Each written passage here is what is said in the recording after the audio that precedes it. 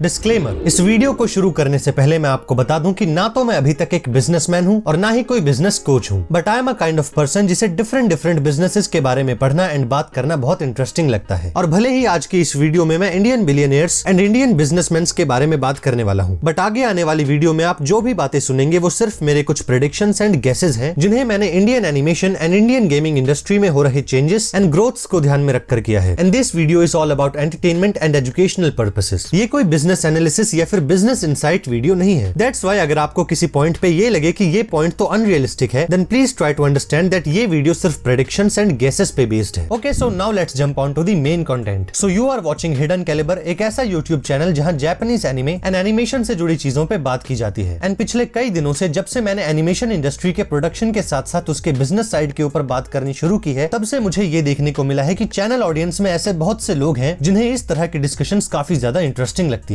बात चाहे Japanese anime की हो, जापानीज मांगा की हो या फिर वर्ल्ड वाइड एनिमेशन की हो, मुझे ये देखकर बहुत अच्छा लगता है कि हमारे इंडियन यूट्यूब पे ऐसे भी बहुत से लोग हैं जो कि इस तरह की इंफॉर्मेशन में भी इंटरेस्टेड रहते हैं। और ऐसे ही इंटरेस्टेड लोगों में से कुछ लोगों ने मुझे टाइम टू टाइम एक सिमिलर क्वेश्चन बहुत बार पूछा है, जो कि कुछ ऐसे है कि यार इंडिया में इतने सारे बिजनेसमैन हैं, इतने सारे बिलियनियर्स हैं, और उन सारे successful businessman and wealthy billionaires के बाद भी आखिर क्यों वो लोग इंडिया के अंदर एनिमेशन एंड गेमिंग इंडस्ट्री पे काम नहीं करते हैं? क्यों हमारी कंट्री में अंबानीज एंड टाटा जैसे बिजनेसमैन के होने के बाद भी अभी तक भी एक फुल स्केल गेमिंग या फिर एनिमेशन इंडस्ट्री नहीं बन पाई है? देखो, जैसा मैंने आपको डिस्क्लेमर में बताया था कि I am not a business coach और अ बिजनेसमैन, इसीलिए मैं आपको बिल्कुल पिन पॉइंट करके तो नहीं बता सकता कि Indian businessman animation and gaming industry में कब और कैसे इन्वेस्ट करेंगे। लेकिन इंडियन एनिमेशन इंडस्ट्री में years of studies and back side analysing experience के बाद मैं आपको इतना तो जरूर बता सकता हूँ कि आखिर किसी भी इंडियन बिजनेसमैन ने गेमिंग एंड एनिमेशन इंडस्ट्री के वर्ल्ड वाइड लेवल पर इतना बड़ा होने के बाद भी इंडिया के अंदर अब तक उनमें से किसी में भी एक ह्यूज इन्वेस्टमेंट क्यों नहीं की है? तो इसके पीछे सबसे बड़े रीजंस में से एक है money cost in these kinds of projects. अगर आपने कभी किसी वीडियो गेम को खेलने के बाद या फिर किसी एनिमे को देखने के बाद उसके प्रोडक्शन के बारे में जानने की कोशिश की है, देन आई एम श्योर कि आपको वहां उसकी प्रोडक्शन इन्फॉर्मेशन में उसके ऊपर लगे हैवी मनी इन्वेस्टमेंट कॉस्ट सबसे पहले दिखे होंगे। ये कोई नई या फिर चौंका देने वाली बात नहीं है। वी ऑल नो दैट कि किसी भी दूसरे प्रोडक्ट की तरह एक एनिमेशन या फिर एक वीडियो गेम भी एक तरह का प्रोडक्ट ही होता है, जिसे बनाने के लिए कई सारे लोग लगते हैं और उन सारे के सारे लोगों को उस काम पे बनाए रखने के लिए कई सारे पैसे लगते हैं। लेकिन ये कई सारे पैसे असल में होते कितने हैं? देन मैं आपको कुछ most popular video games and most popular animations के प्रोडक्शन में लगी कॉस्ट बताता हूँ। एग्जांपल के लिए अगर हम लोग बात करें GTA 5 की, देन इस गेम को बिल्कुल स्क्रैच से फाइनल तक बनाने के लिए 137 to 265 मिलियंस ऑफ डॉलर्स के करीब खर्च आया था। वेल चलिए, GTA तो एक बहुत बड़ा नाम है। एक दूसरे एग्जांपल के लिए मैं आपको एक लेस पॉपुलर वीडियो गेम डार्कसाइडर्स 2 के बारे में बताता हूँ, जिसे बनाने में 50 मिलियंस ऑफ डॉलर्स खर्च हुए थे। और अगर मैं बात करूं एनिमे की, तो ड्रैगन बॉल सुपर नाम की एक सिंगल मूवी को बनाने में 8.5 मिलियंस ऑफ डॉलर्स की कॉस्ट आई थी। और ये तो सिर्फ एक सिंगल मूवी थी। किसी भी हाई क्वालिटी एनिमे को प्रोड्यूस करने में उसके हर एक एपिसोड की कॉस्ट $2 लाख से लेकर $1 मिलियन